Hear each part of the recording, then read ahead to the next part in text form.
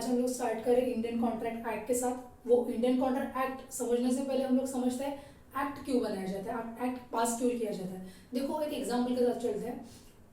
जब ट्रैफिक बढ़ जाता है तो ट्रैफिक बढ़ने के बाद क्या होता है, एक्सीडेंट हो जाता है, मतलब प्रॉब्लम हो गई, एक एक्सीडेंट की प्रॉब्लम हो गई। तो उसके लिए सोल्यूशन क्या, तो गवर्नमेंट कुछ रूल्स पास करता है। तो गवर्नमेंट ने बोला एक्सीडेंट हो रहा है तो एक्सीडेंट के लिए कुछ रूल्स पास किए जाए। कौन से रूल्स पास किए गवर्नमेंट ने, तो गवर्नमेंट ने बोला हम लोग ट्रैफिक के रूल्स पास करते हैं। क्यों पास किए, क्योंकि प्रॉब्लम क्या थी, प्रॉब्लम थी एक्सीडेंट। एक्सीडेंट की वजह से क्या करना पड़ा, ट्रैफिक रूल्स पास करने पड़े। तो ये एक बिल पास किया जाता है, इसको हम लोग बिल बोलते हैं। ये बिल कहाँ पे पास किया जाता है, तो दोनों पार्लियामेंट में दो हाउस होते हैं, तो वो दोनों हाउसेस में ये क्या बिल जो है वो पास किया जाता है। फिर बाद में यहाँ पे प्रेसिडेंट की सिग्नेचर आ जाती है, और जैसे ही प्रेसिडेंट की सिग्नेचर यहाँ पे आ जाती है तो वो बन जाता है तुम्हारा एक्ट। मतलब एक्ट क्यों किया जाता है, एक प्रॉब्लम के लिए, प्रॉब्लम का सॉल्यूशन निकालने के लिए एक्ट पास किया जाता है, और वो एक्ट हम लोगों को पास फॉलो करना पड़ता है। ये होते एक नॉर्मल एक्ट क्यों पास किया जाता है। उसके बाद अब देखो यहाँ पे मैं बोलूंगी अब ये कॉन्ट्रैक्ट एक्ट क्यों पास किया गया। तो देखो बिजनेसेस बढ़ रहे थे इंडिया में, बहुत सारे बिजनेसेस बढ़ रहे थे। मतलब क्या बिजनेस बोलूंगी मैं उसको, या फिर बोलूंगी कॉमर्स, जो कमर्शियल बिजनेस थे वो क्या थे, बढ़ रहे थे। तो उसका मतलब वो बिजनेसेस बढ़ रहे थे, उसकी वजह से क्या होता है, फ्रॉड बढ़ जाते हैं। तो बिजनेसेस में फ्रॉड होना स्टार्ट हो गए, बहुत ट्रांजैक्शन हो रहे थे, तो ट्रांजैक्शन के साथ फ्रॉड्स भी होना चालू हो गए। तो वो उसके लिए सॉल्यूशन क्या, तो उसके लिए क्या बनाया गया, रूल्स पास किए गए। कौन से रूल्स पास किए गए, कॉन्ट्रैक्ट के रिलेटेड रूल्स पास किए गए। अब कॉन्ट्रैक्ट क्यों, क्योंकि ट्रांजैक्शन हो रहे थे ना, एक दूसरे के साथ कॉन्ट्रैक्ट्स हो रहे थे, तो वो फ्रॉड्स बचाने के लिए कॉन्ट्रैक्ट रूल्स पास किए गए। तो वो उस कॉन्ट्रैक्ट रूल्स को कहाँ पे पास किया गया, पार्लियामेंट में। पार्लियामेंट में पास होने के बाद वहां पे अगेन सिग्नेचर आ गई। प्रेसिडेंट की सिग्नेचर आने के बाद हो गया तुम्हारा इंडियन कॉन्ट्रैक्ट एक्ट पास, जो कि पास हुआ था ब्रिटिश सरकार में। तो वहां पे इंडियन कॉन्ट्रैक्ट एक्ट जब पास हुआ था तो वो था 1 सितंबर को पास हुआ था, 1 सितंबर 1872 में। इसलिए हम लोग बोलते हैं इंडियन कॉन्ट्रैक्ट एक्ट 1872। देखो अब यहाँ पे कुछ सेक्शन समझ लेते हैं इंडियन कॉन्ट्रैक्ट एक्ट के अंदर जो आता है। सबसे पहले है सेक्शन 1 से लेकर सेक्शन 1 से लेकर 75 तक बात की है इंडियन कॉन्ट्रैक्ट एक्ट में जनरल प्रोविजन की। फिर जो है सेक्शन 76 से लेकर 123 वहां पे बात की है सेल्स एंड गुड्स की। फिर 124 से लेकर 147 में बात की है इंडेमनिटी एंड गारंटी की। अगेन 148 से लेके 181 तक बात की है बेलमेंट एंड प्लेज की। फिर तुम्हारा 182 सेक्शन 182 से लेके 238 में बात की गई है एजेंसी की। और लास्ट सेक्शन 239 से लेके 266 में बात की गई है पार्टनरशिप की। अब उसमें से जो ये सेकंड सेक्शन 76 से लेके 123 जहाँ पे सेल्स एंड गुड्स की बात की है, उसको उस एक्ट को ही सेपरेट किया गया और एक एक्ट बना गया, सेल्स ऑफ गुड्स एक्ट बनाया गया। मतलब ये तो इंडियन कॉन्ट्रैक्ट एक्ट से गया। और जो लास्ट वाला पार्ट है सेक्शन 239 से लेकर 266 यहाँ पे बनाया गया इंडियन पार्टनरशिप एक्ट 1932। मतलब ये भी तुम्हारे इंडियन कॉन्ट्रैक्ट से गया। बाकी जो बचे हुए सेक्शन है वो इंडियन कॉन्ट्रैक्ट एक्ट 1872 के अंडर आते हैं। अब देखो इंडियन कॉन्ट्रैक्ट एक्ट 1872 उसके अंडर जो कॉन्ट्रैक्ट वर्ड है उसको समझना बहुत इंपॉर्टेंट है। हम लोगों ने सुना है कॉन्ट्रैक्ट और एग्रीमेंट एक जैसे होते हैं, जिनको अभी कॉन्ट्रैक्ट नहीं पता हम तो अभी तक यही सोचते आ रहे हैं कॉन्ट्रैक्ट एंड एग्रीमेंट एक जैसा ही है। बट देखो जब तुम लोग कॉन्ट्रैक्ट समझ जाएगा तो तुम लोग इन दोनों का डिफरेंस बहुत बड़ा है। वो क्या है वो हम लोग यहाँ पे समझेंगे। देखो यहाँ पे हम लोग एग्जाम्पल के साथ चलते हैं। मैंने बोला एक पर्सन है, एक एक्सवाइजेड पर्सन है, उस एक्सवाइजेड पर्सन ने मुझे ये पेन की ऑफर दी। ये जो पेन है उस पेन की उसने मुझे ऑफर दी। उसने मुझे क्या बोला कि आपको पेन खरीदना है। सामने वाले पर्सन ने मुझे क्या बोला, क्या मुझे पेन चाहिए। मैंने बोला प्राइस क्या है उसकी, तो उसने बोला इसकी प्राइस है 20 रुपीज। तो 20 रुपीज, ये एग्जाम्पल तो बहुत छोटा है बट देखो यहाँ पे कॉन्ट्रैक्ट तुम लोग को समझ जाएगा। या फिर हम लोग थोड़ी सी प्राइस बढ़ा दें, मतलब तुम लोग कॉन्ट्रैक्ट समझने के लिए इजी जाएगा। देखो अभी मैंने बोला ये पर्सन, उस पर्सन ने बोला इस जो पेन है वो गोल्ड का पेन है, गोल्ड का बना हुआ पेन है। तो उसने मुझे बोला इसकी प्राइस है 20,000 रुपीज। कितनी प्राइस है, 20,000। मैंने बोला ओके। मतलब देखो अभी यहाँ पे एक एग्जाम्पल 20,000 रुपीज, मतलब मैंने उसको 20,000 रुपीज दिए और उसने मुझे पेन दिया। एग्जाम्पल तो बहुत ईजी है, यहाँ पे हम लोग इसका डिफरेंस और हर एक टर्म समझेंगे। बहुत इजी एग्जांपल है। पेन मुझे मिला है 20,000 में और उसको मैंने 20,000 दिया और मुझे पेन मिला। बस इतना एग्जांपल है। हम लोग कॉन्ट्रैक्ट एक्ट में वो कैसे आते हैं, देखो सबसे पहले उस पर्सन ने मुझे क्या किया, ₹20,000 की ऑफर दी, XYZ पर्सन ने मुझे क्या किया, ₹20,000 की ऑफर दी, मतलब जो सबसे पहली टर्म आएगी वो आएगी ऑफर। सामने वाला पर्सन मुझे ऑफर दे रहा है किसकी, पेन खरीदना है क्या आपको, कितने रुपए में, 20,000 में, मतलब उसको मैं बोलूंगी ऑफर या फिर प्रपोजल बोलूंगी, ठीक है। फिर मैंने बोला ओके मुझे ये पेन चाहिए, मतलब मैंने क्या किया, एक्सेप्ट किया उस ऑफर को, मैंने क्या किया अभी, एक्सेप्ट किया। मैंने बोला हाँ मुझे खरीदना है पेन, मतलब मैंने उसको मेरा एक्सेप्टेंस दे दिया, हाँ मुझे खरीदना है। फिर मैंने बोला अब देखो यहाँ पे ऑफर और ऑफर एंड एक्सेप्टेंस जब एक साथ आ जाते हैं तो वो बन जाता है प्रॉमिस, मतलब सामने वाले ने मुझे ऑफर दी, मैंने उसको एक्सेप्ट किया, हम दोनों एक दूसरे को प्रॉमिस से किया, जब ऑफर एंड एक्सेप्टेंस मिल जाता है तब बन जाता है तुम्हारा प्रॉमिस।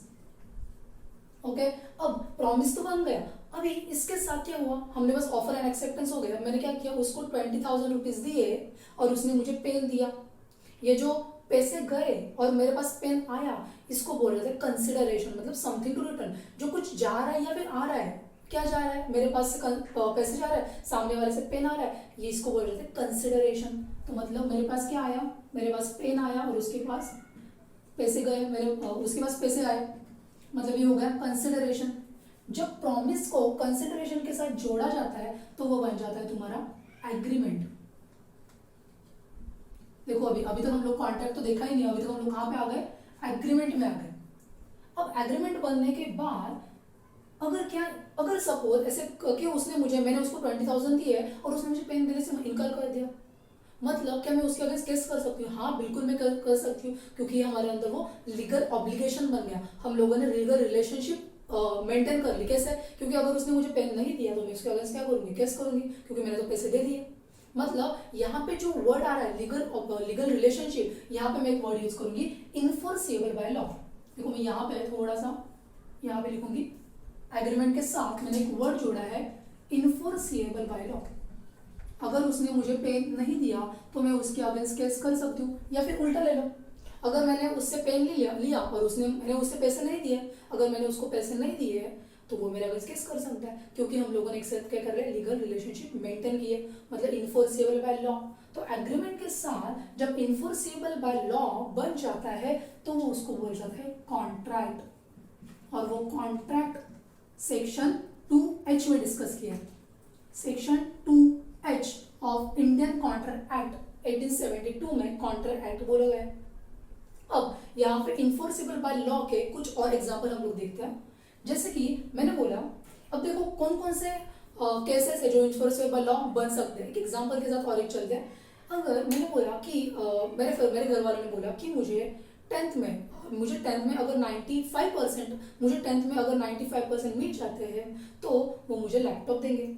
ऐसे मेरे घर वाले, मेरे मम्मी पापा ने मुझे ऑफर दे दी, मुझे 98% मिल गए, बट घर वाले ने बोला, अभी मैंने बोला 98% मिल गए, अभी मुझे लैपटॉप चाहिए, घर वाले ने बोला नहीं लैपटॉप तो नहीं मिलेगा। अब मुझे बोलो क्या मैं उनके अगेंस्ट केस कर सकती हूँ, नहीं कर सकते तुम लोग केस, क्योंकि ये तुम्हारा डोमेस्टिक एग्रीमेंट बन रहा है, क्योंकि घर वालों का है। अभी ऐसे तो हर रोज हम लोग को एक दूसरे को बोलते हैं ये करूंगी वो करूंगी, अभी घर में अगर ऐसा कुछ होता है और हर एक बंदा अगर कोर्ट में जाता है तो सोचो कितना कोर्ट में प्रेशर पड़ेगा, मतलब ये नहीं हो सकता। इसको हम लोग बोलते हैं, जो पहला वाला एग्जाम्पल मैंने बोला कि मेरे घर वालों ने मुझे ऑफर दी 95% मिले तो, बट नहीं दिया तो मैं क्या करूंगी, उनके अगेंस्ट केस नहीं कर सकती, तो वो बन गया मेरा डोमेस्टिक एग्रीमेंट। और डोमेस्टिक एग्रीमेंट अगर बनता है तो वो कॉन्ट्रैक्ट कभी नहीं बनेगा, क्योंकि हम लोग उसके अगेंस्ट केस नहीं कर सकते। और एग्जांपल देखो, मेरे एक फ्रेंड ने मुझे बोला कि हम लोग आज टी पार्टी करते हैं, चाय की पार्टी करते हैं, तो मैंने बोला ओके मुझे एक्सेप्ट है, उसने ऑफर दी मैंने एक्सेप्ट कर लिया। अब एक्सेप्ट करने के बाद मैं तो उसके पास गई नहीं, मेरे ओके उसने सब तैयारी करके रखी, उसने चाय वगैरह सब बना के रखा और उसने सब पैसे खर्च कर दिए, बहुत सारी चीज़ें उसने मंगाई थी, बट मैं गई नहीं। क्या वो मेरे अगेंस्ट केस कर सकता है, मैं गई नहीं तो उसके अगेंस्ट वो मेरे अगेंस्ट केस नहीं कर सकता। क्यों नहीं कर सकता, क्योंकि ये तो नॉर्मल होता है, इसको हम लोग बोलते हैं सोशल एग्रीमेंट। मतलब टी पार्टी को ले जो उसने मुझे बोला था मेरे फ्रेंड ने, तो उसको मैं बोलूँगी ये मेरा सोशल एग्रीमेंट है। सोशल एग्रीमेंट के अगेंस्ट भी हम लोग केस नहीं कर सकते। और जब ये पर्सन ने मुझे पेन देने से इनकार किया था, मैं उसके अगेंस्ट केस कर सकती हूँ, क्योंकि हमारा लीगल रिलेशनशिप लीगल एग्रीमेंट बन गया है। तो ये डोमेस्टिक एंड सोशल एग्रीमेंट अगर लीगल बनता है, मतलब अगर सपोज टी चाय पार्टी के लिए अगर मुझे बुलाया था और हम लोगों ने एक पेपर पे लिख के रखा कि ये हमारा लीगल एग्रीमेंट है, तो हम लोग यहाँ पे केस कर सकते हैं। बट नॉर्मल देखा जाए तो यहाँ पे केस नहीं होगी। अगर ये पेपर पे लिख के मैंने दिया ये लीगल एग्रीमेंट है, तो ये लीगल एग्रीमेंट बन सकता है। और साथ ही साथ ये 95% हुआ, अगर मुझे 95% मिलते हैं और घर वाले लैपटॉप नहीं दिया, वैसे देखा जाए तो डोमेस्टिक एग्रीमेंट है, बट ये अगर पेपर के मैंने हम लोगों ने लिख के रखा कि हाँ उन्होंने पैसे देने चाहिए, सॉरी उन्होंने लैपटॉप देना चाहिए, और हम लोगों ने ऐसे लीगल एग्रीमेंट बनाया और लिखा है ये लीगल एग्रीमेंट है, ऐसा हम लोगों ने एग्रीमेंट में लिखा, तो ये लीगल एग्रीमेंट बन सकता है। अदरवाइज वो लीगल एग्रीमेंट कभी भी नहीं बनेगा। बट ये वाला बनेगा 100%, ये वाला लीगल एग्रीमेंट बनेगा। मतलब इन्फोर्सिबल बाय लॉ के तुम लोग यहाँ पे एग्जांपल समझ रहे होंगे। देखो अभी इन्फोर्सिबल बाय लॉ सेक्शन 10 के अंडर आता है, तो यहाँ पे बोला गया है कि इन्फोर्सिबल बाय लॉ कब बनता है। सबसे पहले अगर मेरा ऑब्जेक्ट लॉफुल है, मतलब मेरा जो ऑब्जेक्ट है वो हमेशा लीगल होना चाहिए। इलीगल रहा तो वो ऑब्जेक्ट, अगर ऑब्जेक्ट ही इलीगल है तो वो लॉ बनेगा ही नहीं, वो कॉन्ट्रैक्ट बनेगा ही नहीं। देखो जैसे कि मैंने एक पर्सन ने मुझे बोला कि मैं एक पर्सन की XYZ की मुझे मर्डर करना है, XYZ पर्सन को मुझे मर्डर करना है, ऑब्जेक्ट ही इलीगल है। मतलब अगर मैंने उसका मर्डर नहीं किया और मैंने पैसे ले लिए, तो वो क्या होगा, वो ऑब्जेक्ट ही इलीगल है, तो वो कॉन्ट्रैक्ट बनेगा ही नहीं। मतलब ऑब्जेक्ट कैसा चाहिए, वो लॉफुल ऑब्जेक्ट चाहिए, ठीक है। और कंसिडरेशन भी कैसा चाहिए, लॉफुल चाहिए। जैसे पेन दे रही हूँ और पैसे आ रहे, ये क्या था, ये हमेशा लीगल चल रहा था, तो वो लीगल चाहिए। कंसिडरेशन भी लीगल चाहिए, वो भी इलीगल नहीं चलेगा। फिर है कॉम्पिटेंट पार्टीज। अब कॉम्पिटेंट पार्टीज मतलब क्या, जो कॉन्ट्रैक्ट के अंडर पार्टीज आती है वो 3 पार्टीज कभी नहीं होनी चाहिए। सबसे पहली पार्टी है माइनर, मतलब हमारे इंडिया में 18% के बिलो जिसकी एज है वो माइनर पर्सन कभी भी कॉन्ट्रैक्ट नहीं कर सकता। ओके, सिर्फ सेकंड पर्सन है तुम्हारा अनसाउंड माइंड। जो पर्सन अनसाउंड माइंड है, अनसाउंड माइंड भी क्या बनेगा, कॉम्पिटेंट पार्टीज के अंडर, मतलब वो कॉन्ट्रैक्ट नहीं कर सकता। फिर लास्ट में बोला है डिसक्वालिफाइड बाय लॉ। जो लॉ के अंडर डिसक्वालिफाइड है वो कभी भी कॉन्ट्रैक्ट नहीं कर सकता, ठीक है। ये 3 लोग कभी भी कॉन्ट्रैक्ट नहीं कर सकते, बाकी लोग कॉन्ट्रैक्ट कर सकते हैं। फिर लास्ट में है फ्री कंसेंट। अब फ्री कंसेंट के लिए एग्जांपल ऐसे कि एक पर्सन है, उसने मुझे बोला कि मुझे आपका लैपटॉप चाहिए, बट मैंने उसको लैपटॉप देने से मना कर दिया। फिर उसने क्या किया, मेरे ऐसे पिस्तौल रख दी। उसने क्या किया, पिस्तौल रखने के बाद मुझे बोला अभी मुझे लैपटॉप दो। अब मेरे पास कुछ ऑप्शन है नहीं, मुझे लैपटॉप देना पड़ेगा, ठीक है। मतलब देखो यहाँ पे मेरी कंसेंट फ्री नहीं है, मुझे नहीं देना था, बट उसने मुझे क्या किया, डराया धमकाया। तो डराया धमकाने के बाद मुझे क्या करना पड़ा, लैपटॉप देना पड़ा। मतलब अगर मेरी कंसेंट फ्री नहीं है तो वो लॉ नहीं बनेगा। हमेशा कंसेंट कैसा चाहिए, फ्री चाहिए, मुझे देना है और सामने वाले को लेना है। ऑफर और एक्सेप्टेंस कैसा चाहिए, हाँ दोनों एग्री होने चाहिए सेम टर्म पर, तभी वो कॉन्ट्रैक्ट बन सकता है, तभी वो इन्फोर्सिबल बाय लॉ बनेगा। और जब इन्फोर्सिबल बाय लॉ बनता है तो वो तुम्हारा कॉन्ट्रैक्ट बन जाएगा। आई होप तुम लोगों का आज का ये लेक्चर अच्छा लगा होगा। अगर ये लेक्चर अच्छा लगता है तो शेयर करो बाकी फ्रेंड्स के साथ, उनको भी हेल्प हो जाएगी। और साथ ही साथ चैनल को सब्सक्राइब भी करो, मतलब तुम लोगों को नए नए अपडेट्स भी मिलते जाएंगे रिगार्डिंग तुम्हारे सब्जेक्ट के। और फिर टेलीग्राम की लिंक भी नीचे दे रही हूँ, फेसबुक की लिंक भी नीचे है, और तुम फेसबुक ग्रुप की भी लिंक नीचे है, और तुम्हारे इंस्टाग्राम की लिंक भी नीचे दी है, जाके फॉलो करो। मतलब तुम लोगों को नए नए अपडेट्स मिलते जाएंगे। आज के लिए बस इतना ही, बाय।